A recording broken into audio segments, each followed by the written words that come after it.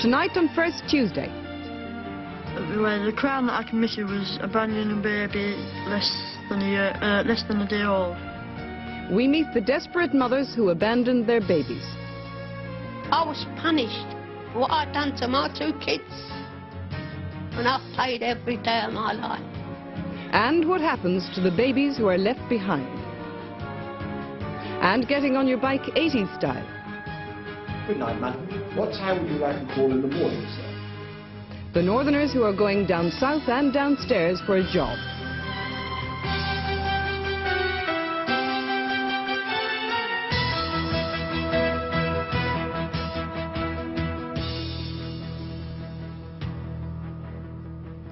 Good evening and welcome to the December edition of First Tuesday. It's that sentimental time of year when news editors will often run another sad little item about abandoned babies. They follow the same pattern, abandoned a few hours old in railway waiting rooms, in telephone kiosks, on the doorsteps of a hospital. Sad little bundles and sad little Christmas tales, but soon forgotten. A century ago it was commonplace. Foundling homes took in up to 5,000 babies every year. And even today, despite the best efforts of social workers and charities, poverty and the stigma of illegitimacy still drive 100 mothers a year to run away from their newborn children. First Tuesday has tracked down some of the people behind those poignant headlines. How had the parents coped in the years that followed? And also, what became of their abandoned babies? In this film, some of the names have been changed.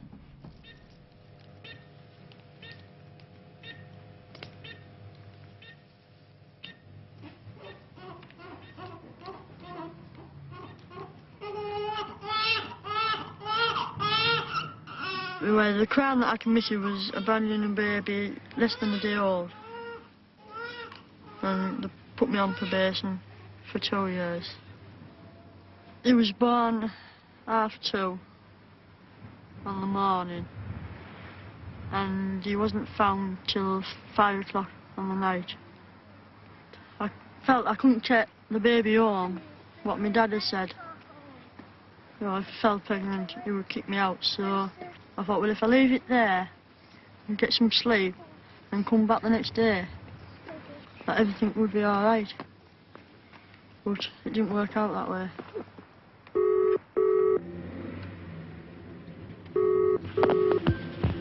Is that the police? It is. There's been a baby left in my Park Street in the toilet.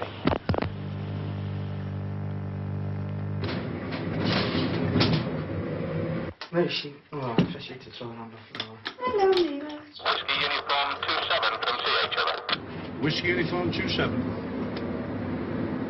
You're available, Affirmative. Over. Can you make please to the ladies' toilets, the DHSS office, located High Park Street, report of a baby left in the ladies' toilets. The informant is an anonymous female.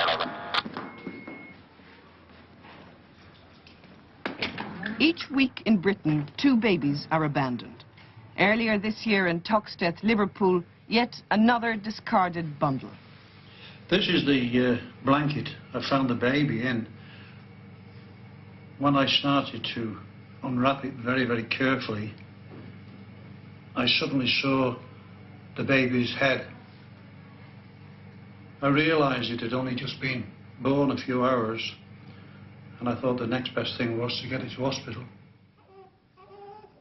Luckily, the little girl was in perfect health, but abandonment can leave emotional and mental scars that last a lifetime. This is my birth certificate. As you can see, it says name, surname and maiden surname of mother, unknown. Occupation of father, unknown. Found on the 2nd of January 1942 at St John's Wood Tube Station, aged about 3 months. It is, what, 42 years now, a lifetime almost. The older I get, obviously, the harder it's going to be to find out. Excuse me, I wonder if you can help me. How long have you been working here? For about a year. Do you live in the area? I lived in the area for 23 years. Yeah. 23 years. Yeah. Have you ever heard of a story about a baby who was found by a station? Because I am that baby. Are you? Yes. Oh, no. You don't know anything about it? No. This station was opened in 1939. This happened in 1942. 42. And as far as I know, it's exactly today as it was when you were then. adopting the baby. Come on, Myra. Have a look round. All her life, Elaine Anderson has been searching for the mother she never knew. But the act of abandonment can leave a mother with a lifetime of searching too. Maria Draper has been longing for her 2 children ever since she abandoned them 40 years ago. Oh, when I left, Pat was 2 and Robert was 1. And I got on that street of no return. I just couldn't come back. I'd get the biggest hiding I ever had if I did come back. Too ashamed, I was frightened. The consequences. Guilty conscience, what I done. But I just couldn't go back. So I kept on, didn't I? Kept on going and going. I did a terrible thing leaving my children behind. I left my husband in 1946 because I couldn't stand it no longer, because I caught him and someone else doing something that I didn't like. I went to the pictures. Saw blossoms in the dust. I couldn't settle in there because something told me to go home. Shifted about. And I went home before the programme finished. I let myself in. I saw 2 people. One my husband and the other one, my husband on top of her. I was lost for words. Left them. Went to bed. Next morning, made up my mind to go. And I went.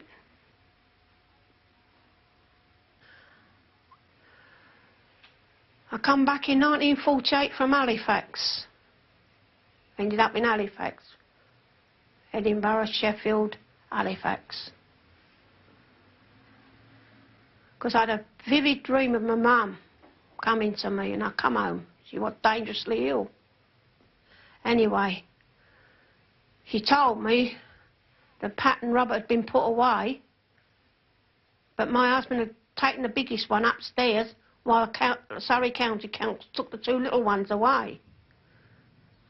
Well, I was told they was put away into care in Guildford.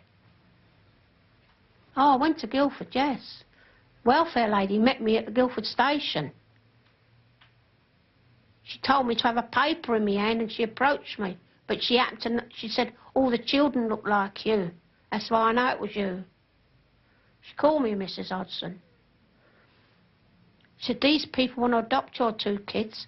I said, no. I said, hold on. I said, you'll have to wait and see. I've got to make sure that they're all right. Of course, when I went to the house, farmhouse, Puttenham, just outside Guildford.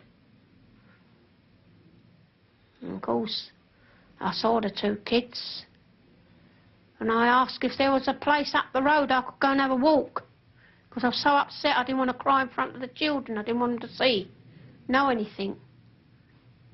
I went up the woods and I had a cry to myself and come back. She said, we would like you to know that we want to adopt Pat and Robert. Oh, I said, that leads a lot of thinking out. But mind you, that day I parted with them, something died in me. Did.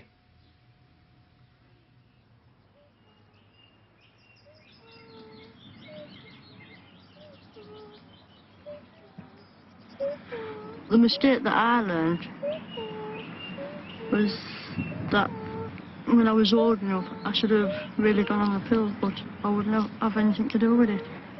Kath Williams was 20 when she found she was pregnant. I was about 4 months before I was actually sure that I was pregnant. People just thought I was putting on weight. I was getting good meals. Mum died of cancer, and I felt like I had nobody to talk to. And there was only me and my dad. My dad said he's going to cut me out if I ever got pregnant before I was married.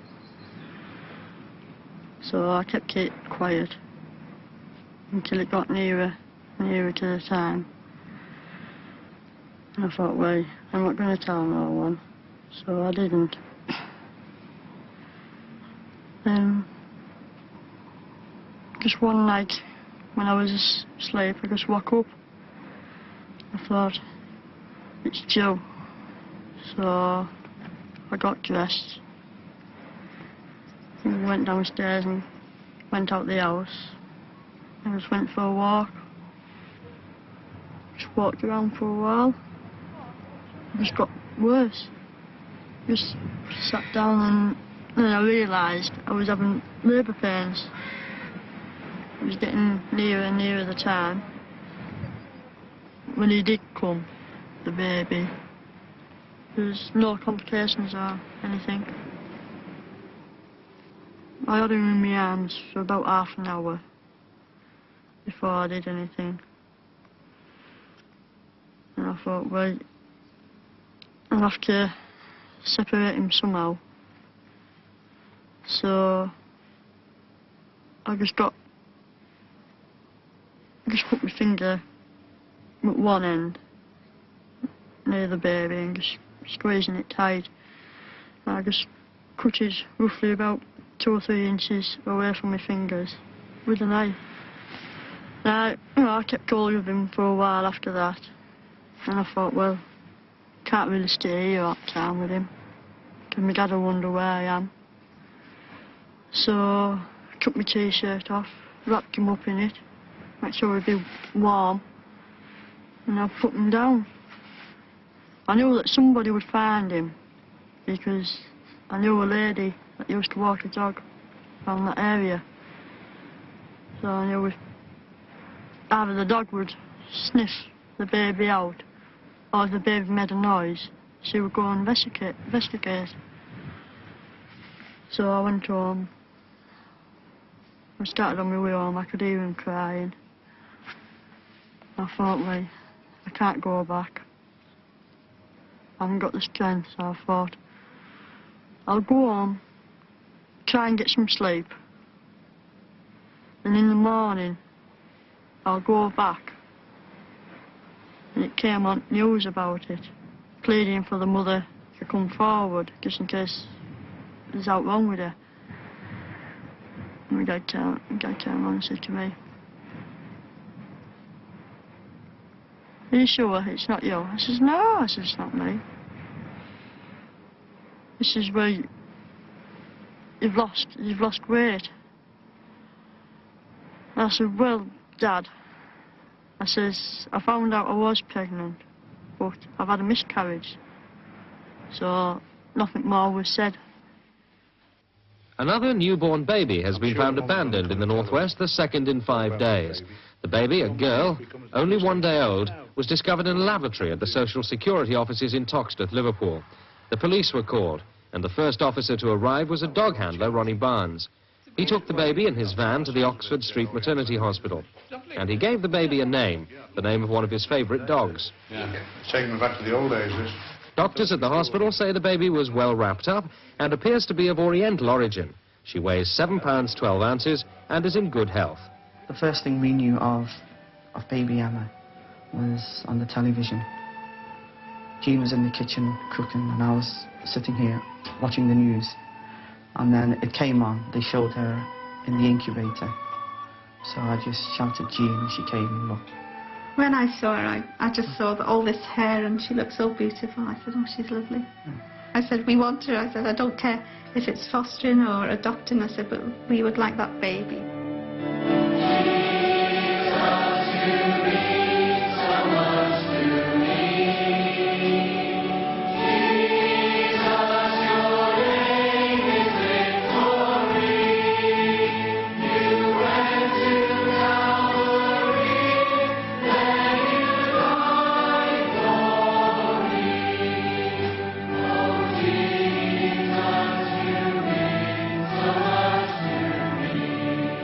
The abandoned baby in Toxteth was a blessing in disguise for Mo and Jean Curran. Unable to have children of their own, they tried every adoption agency in the country without success. So they jumped at the chance of giving this baby a new life.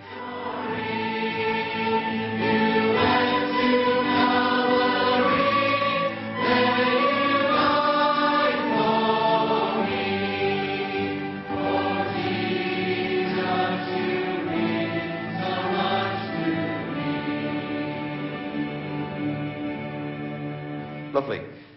I'd just like to draw your attention to the card which has been on the notice board. Some of you will have seen it.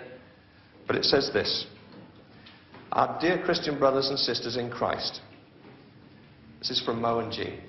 All right? "We're proud to announce the arrival of our dear adopted daughter, Emma. Thank you for all your prayers, love and support. We really feel blessed that God has given us this little girl." Right? Thank you. Thanking us all. Right? But really, it's God's sovereign hand, isn't it? It's God's sovereign hand. God is a good God who gives us our heart's desires. Amen. Let's just thank him, shall we, in applause.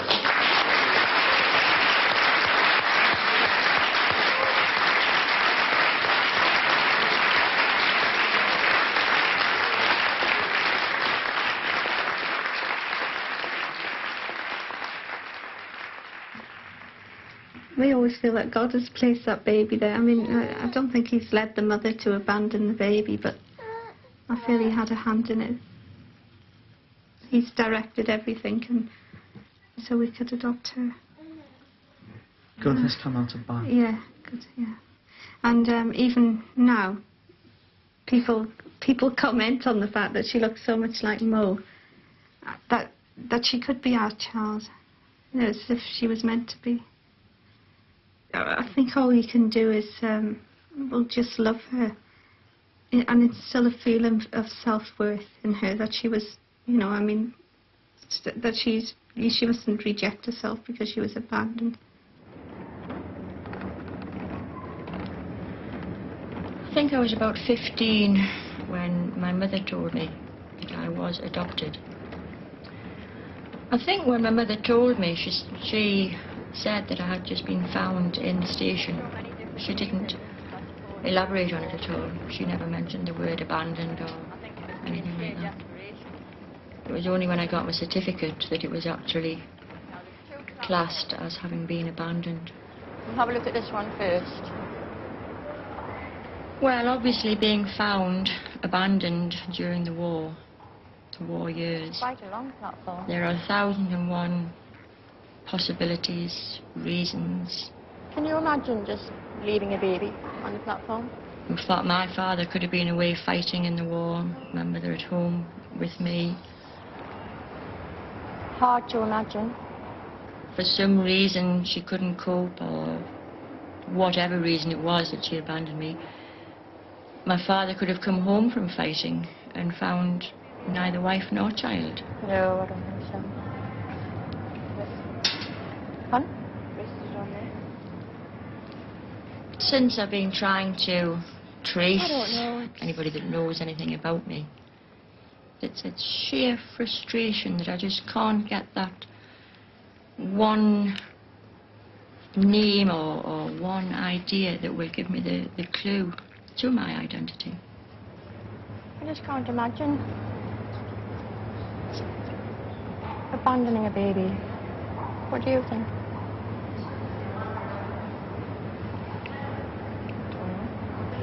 Mixed feelings.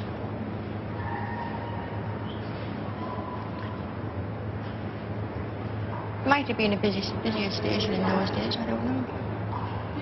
But with all the well-off people, she might have left you here, so they could look after you. Well, obviously I was left to be found. So whoever left me must have cared enough for me to have been found and looked after. I could have come off a train. Person went back on the train. That's easy enough doing, I suppose. quite easy. Nip off the train, leave the baby, hop back on the train. Could have come from anywhere. There's no that I was actually born in this area. Elaine, encouraged by her daughter, is still searching for answers about the identity of her natural mother. She's tried her original foster home, the public register, and other tracing agencies. But without clues, she's getting nowhere.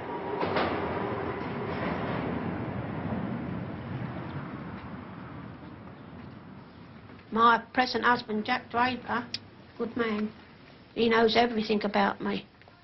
As he turned round and said to me, it's not what you are before, it's what you are today. Which I thought that was marvellous. He's a good man. He is the finest fellow that walked this earth to take on someone like me.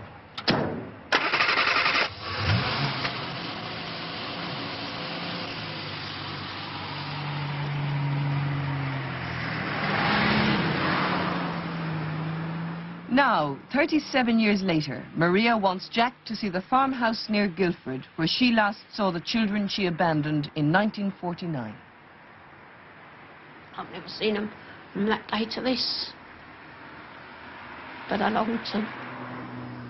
I don't want nothing off them. I just want to say sorry to them.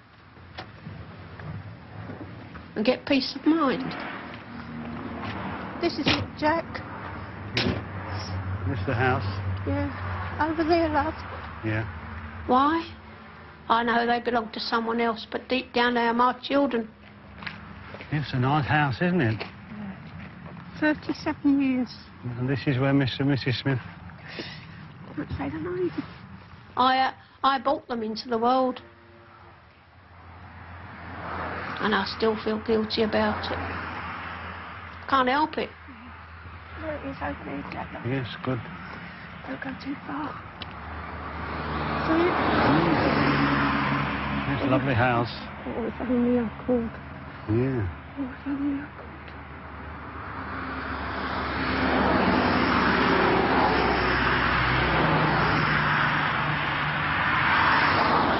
It's quite an old place.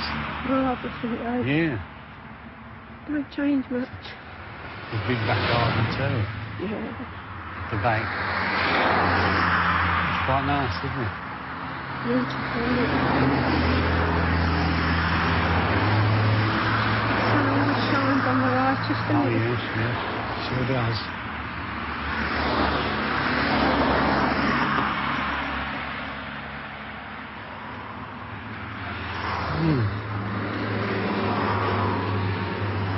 There we are.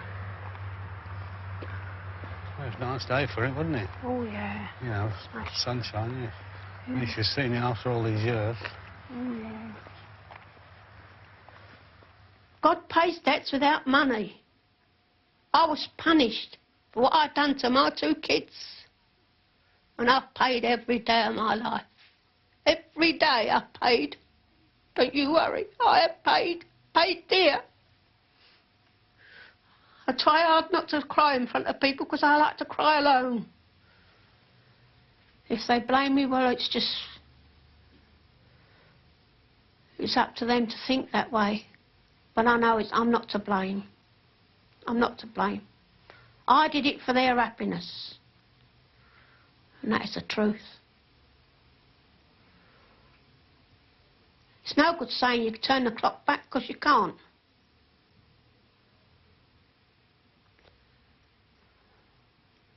You can't turn the clock back. Managed to get hold of somebody. I think you might be a little bit interested in today. What? Elaine couldn't find any record of her abandonment. She asked for our help. Eventually, we came across a 1942 newspaper cutting.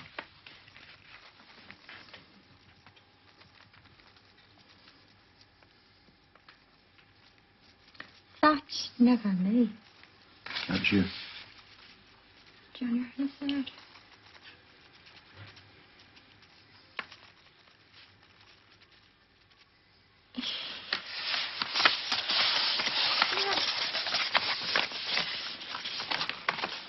That's your mummy.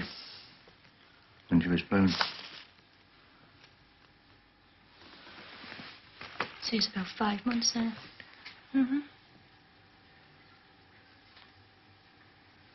Well, at least I know I was a baby. You got a good cover here. Yeah, it's amazing.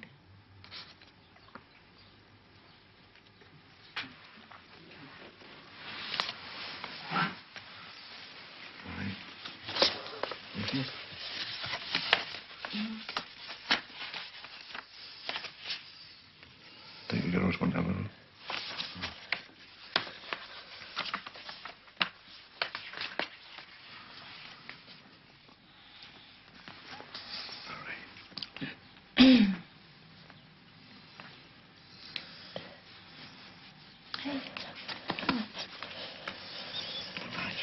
Oh, it's a better looking baby than you. No, she wasn't.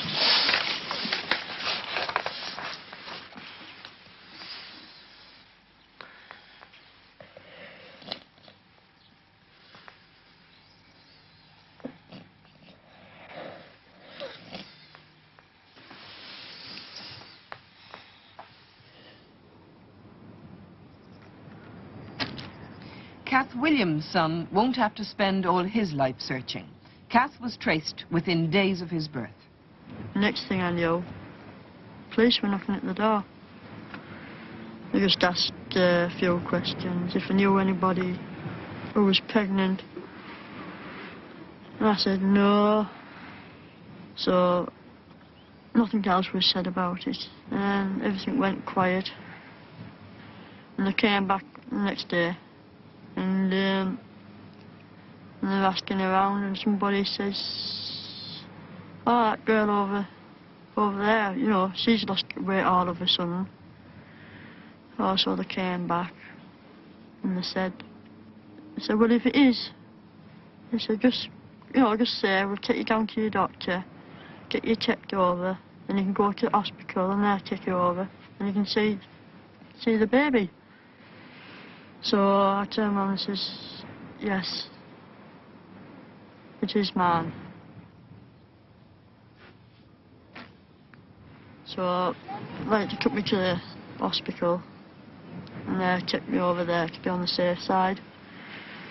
Then I went to see the baby, and the nurse came in and says, I can go down and see him. So I went down and held him and fed him. During the court case, the baby was placed with foster parents. Kath got 2 years probation for the crime and was reunited immediately with the child she thought she could never keep. Right, go by your plane. Go by your van, put it tight. I think if you're having a baby, maybe at the time you don't want the baby, but I would still wouldn't go for an abortion. Well, it seems to me, in a way, it's like killing someone that's not been born yet. No, I don't think that's right. It's my life now.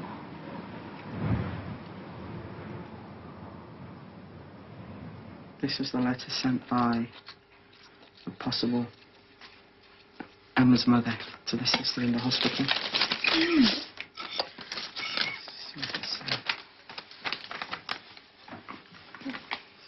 Dear sister, I'm very sorry to trouble you with this letter, but your name is the only one any of the papers have printed. I am Emma's mother. Her full date of birth is February 28th at 1:30 a.m. I wish with all my heart that I could be reunited with her, but that can never be possible. There is no way I can give her the life she deserves. You and the rest of the staff I thank for looking after her, even if you all must hate me for what I have done. The few hours I had with me, I will keep in my heart forever. There is no way I can let my family know I am her mother. It would have been so easy to get rid of her in the beginning, but she had every right to her life. I hope you can tell the people in charge of her to give her to a family who will give her all the love she deserves. As for me needing any medical treatment, I deserve whatever happens to me. The pain may go away, but the loss of Emma and the love I have for her will be with me forever. I hope she will never feel pain for what I have done to her. But I did of the love I have for her. That's it. Nice letter. I'll have to keep this. Yeah. Show it to her when she's a bit older. Yeah. That's a letter from your mum. That's the same.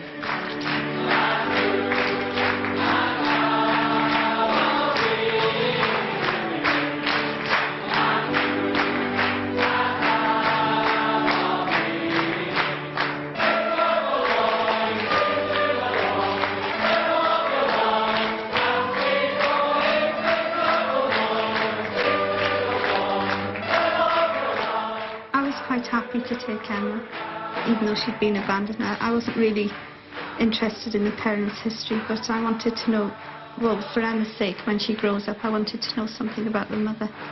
So I have requested that if ever the mother does turn up, I'd like to meet her or be given some information about her, so I can give it to Emma when she grows up. I don't mind if she wants to see Emma. I'd be happy for her to see her as well, because she hasn't got any roots now.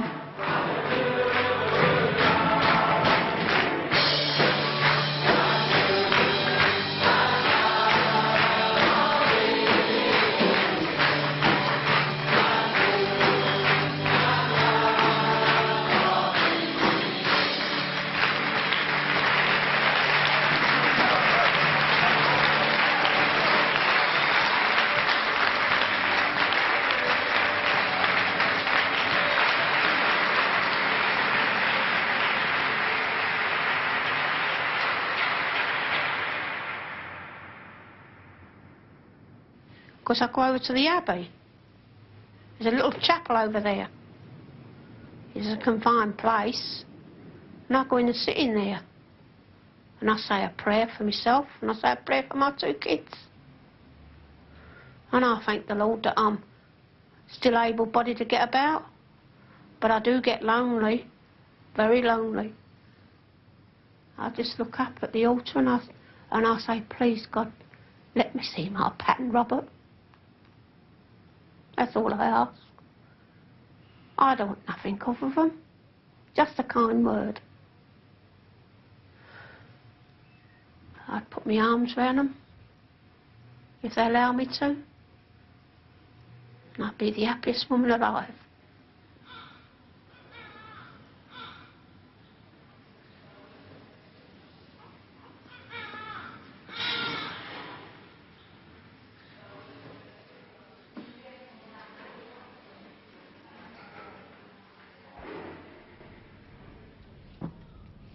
The babies who are never totally left behind. Maria Draper still hopes that her 2 children will contact her.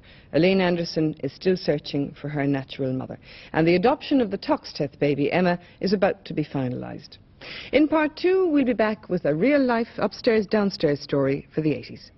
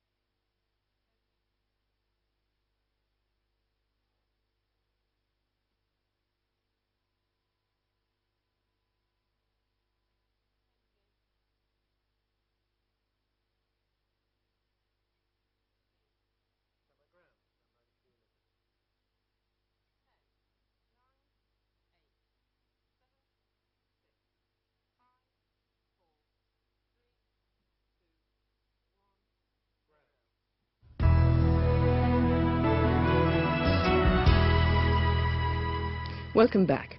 There was a time when middle-class matrons constantly moaned about the servant problem, a time indeed when there were such people as servants to moan about, like it was at the turn of the century, when domestic service provided 1 million jobs in nannies and butlers, in chambermaids and general servants. A thing of the past? Well, not quite. In the last few years there's been a discreet boom in domestic employment. And a notable feature of this particular return to Victorian values has been the trend of northerners escaping dole queues for a job in service. In Your Champagne, Sir, we go down south and downstairs.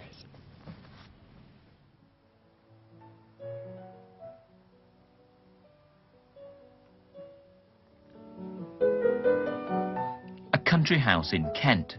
The uniforms are Victorian, but this is the present day. And once again, there's a booming demand for domestic servants, like Leslie Stevens. There are no jobs up there, no prospects.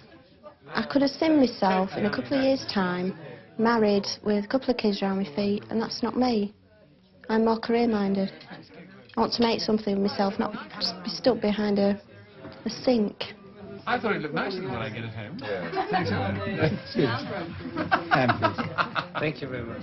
The word domestic service conjures up images of the British upper classes and the British lower classes, and I think the average person still does to some degree, and I'm sorry to say, associate domestic service perhaps with a tinge of that lower class.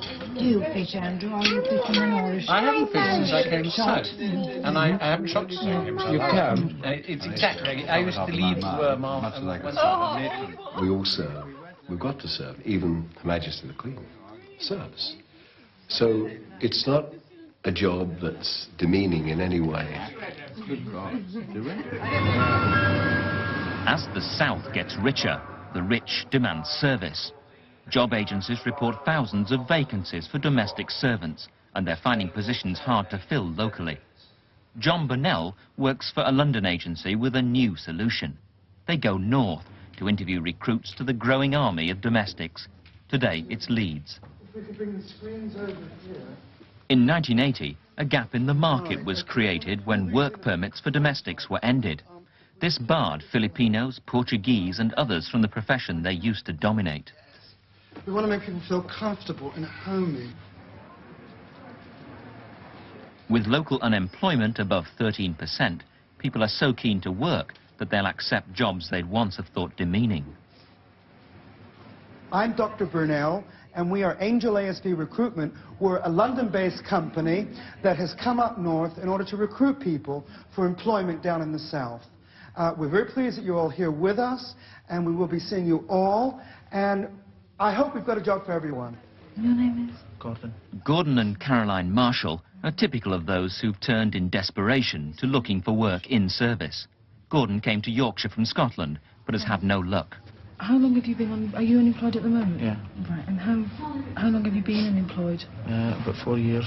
4 years. Well, the reason I want to move down south is because there doesn't seem to be any jobs in Leeds anymore. And there's a lot of jobs down south. And the sort of job I want is like looking after a big estate or something like that, you know, gardening, handyman, that type of thing. Pay in service is usually low, starting from £45 a week. But it's the promise of live-in accommodation that tempts people like the Marshalls from the north. Certainly when you consider the benefits of living, having your own flat or a little cottage all to yourself, with your food thrown in, certainly I would say the conditions of domestic service are preferable to working in a factory and coming home at night and having to eat beans on toast.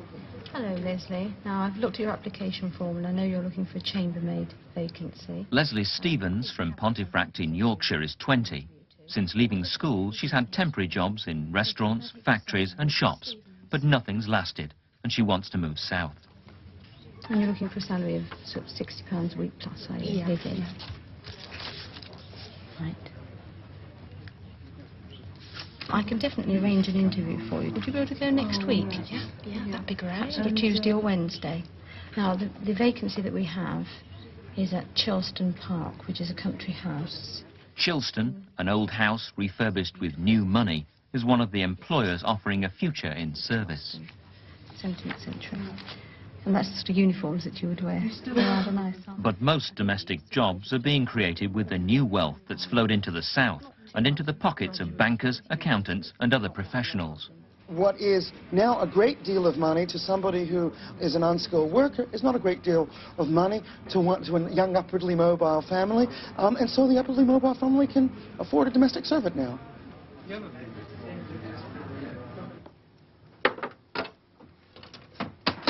Diane Hawksworth from Blackburn is 22. She's a nanny. It's her second year in London. We employ a nanny because we both work. Simple as that. My husband's a solicitor. I'm a freelance writer. If I'm worrying about the children, I can't concentrate. I have to be able to get up and go to whatever appointment, whatever job may become available. And I have to feel absolutely secure. I have to work for somebody that is out at work all day, because I just really don't agree with people having nannies for the sake of just someone to look after their children because they can't be bothered. And that's what I see it as. You know, they might love their children and give them everything they can, but still deep down they're not prepared to give them absolutely everything emotionally. And I just have to work for somebody that's a professional. I think for an American woman who goes out to work, employing a nanny is a purely professional decision, whereas the British attitude is perhaps one of a little bit more guilt. Diane, I'm off. Guilty or not, the British middle classes are expanding the job market for domestic servants. For families earning more than £50,000, it's an affordable way of supporting a busy lifestyle. Okay. Right. Do you need money? New masters and mistresses perhaps, but for the servants, the long-established positions survive. Whilst the old industrial jobs in the north vanish, there's a growing demand for British butlers in the south and abroad. James Jolly was a mining engineer in the Lancashire coalfield. Now he's about to complete his training as a butler. It's another world completely. You really live with people who are very, very wealthy. So we've done the whole circle, really. From like working class background to working for very, very wealthy people. Right. Hello. All right. Yeah, not too bad. Let's hope we got some winners here today. I want to go back to the manual industry work. I prefer working in this other type of environment because it is an extreme from mining. You couldn't really go that much farther from a mining job into doing a butler job, really. That's about the limit of it.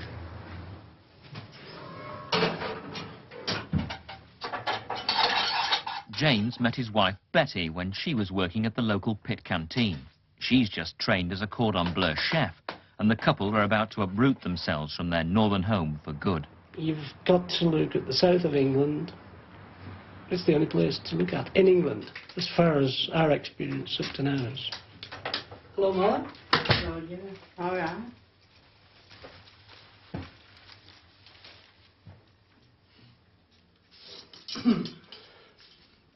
We're together again in this venture, where we go as man and wife.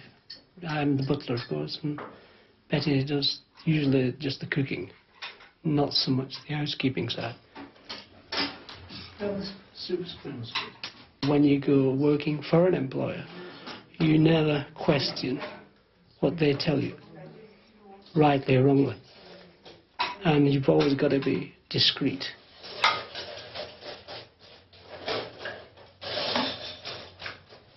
See, this is different to a hotel where you get silver service. Yes. In a household, you get butler service, which is where you can take as much as you wish. Yes. As against in a hotel, they just serve what they want to give you. Well, you've always got to serve from the left-hand side and take away from the right. Right, I am. Nothing further? Thank you.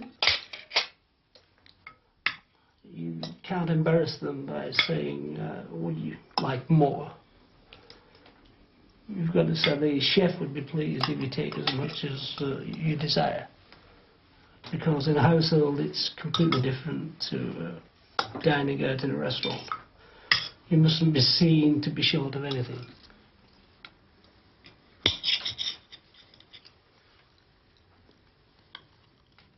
Diane has no complaints about her employers, but many nannies say they're being exploited. So how's it going in your job anyway?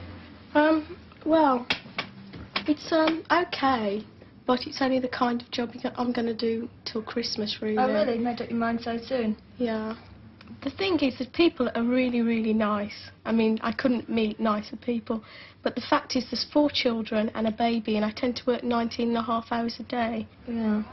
I mean, even on my days off, I found that people sort of expect you to be around and maybe come to their help if they just want to go out for a couple of hours. Yeah. And I think on your days off, there should be days off.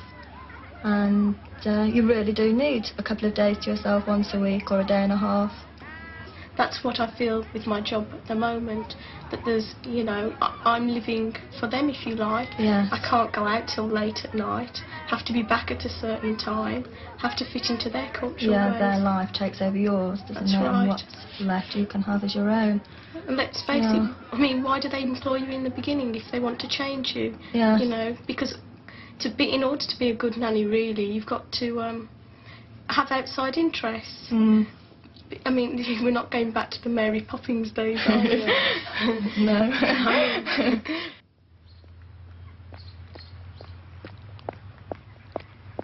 It's a big chance for me. I've been on the dole quite a long time. It's degrading having to walk into a dole office and sign your name on that line and everybody looking at you like you're muck, like you're nothing. And we're just human beings. Some people seem to think because you're on the dole you don't bother to look for a job, and that's nonsense. You do. Every day I went to the job centre, there's just no jobs. Nice to meet you anyway. My name is Peter Bowling, the steward here. Hello. Do you know anything about Chilston Park from Angel ASB? No, I don't. Oh, right. Chilston Park was bought as a private house 2 years ago by Mr. and Mrs. Martin Miller. And their idea is to run Chilston as a privately run house. We have 41 letting bedrooms and 4 small dining rooms. So it's quite a large concern. But we try and keep the concept of 1900 period. Right? Can I show you through to the interview, please, with the Major? Certainly. Thank you. 300 miles is a long way if you don't know anybody. I had to be sure that this is what I really wanted to do. It's been a big decision, but I knew I had to do it. I couldn't have worked in a shop or anything like that at all. It's James Jolly's last day at the Ivor Spencer Butler School. Why, James? Oh, good morning, Al. How are You're you? very smart, okay. Yes. Well, it's a different world, isn't it? Well, of course. You'll be going into this unusual world of Yes. wealth, and it's very important that you're immaculate all the time. Like The training course cost James about £3,000 in all, and it shocked a lot of his friends. Bath twice a day, shower twice a day, Yes. clean, you say, 6 or 7 times. People just couldn't really believe I was going to do what I was doing. And they were greatly surprised as I was going into it, having been in my own business for 10 years and always doing my own thing, really, rather than being under people's thumb, taking orders.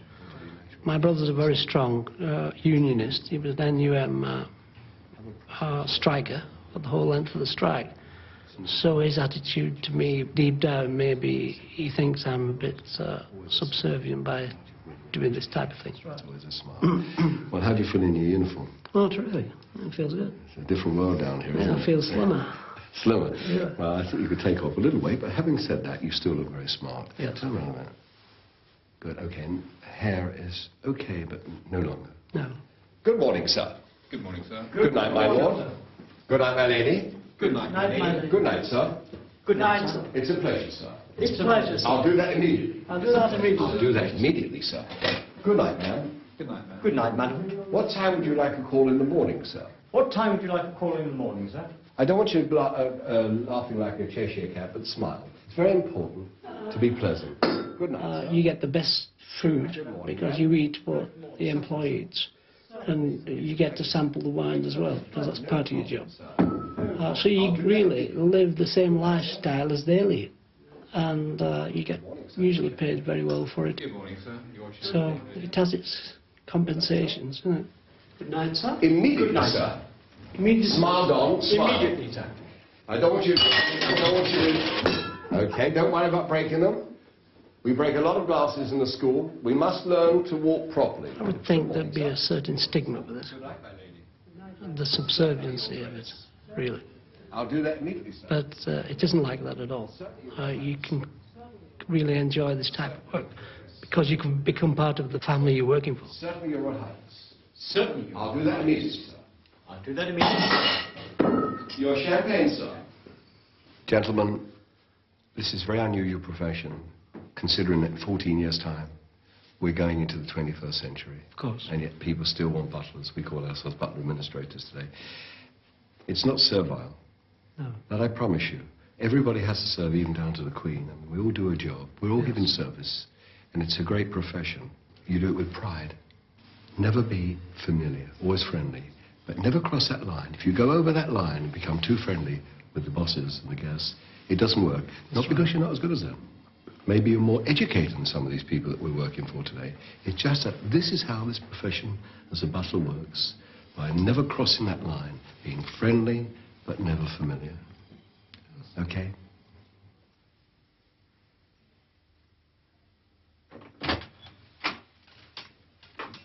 Well done, Leslie. The position is yours. Great. Congratulations. Thanks. Can I show you your new home? Right. I mean, it's a great big sacrifice coming from up there. But there are no opportunities up there. There are a lot of prospects in this trade. I don't have to stay a waitress or be a chambermaid, something like that. I can really go a long way. I've got a job, I've got some money, I've made some new friends, I've got somewhere to live. I mean, what else can you ask for, really? There's a telephone there, so I can always ring home.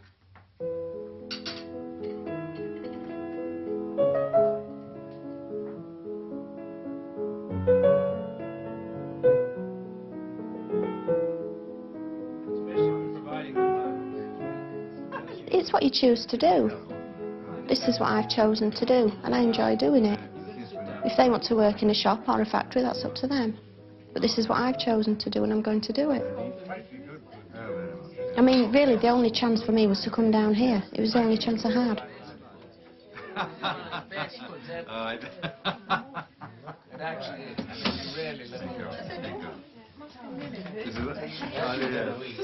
This is my horror, actually. It's one thing at school I never had.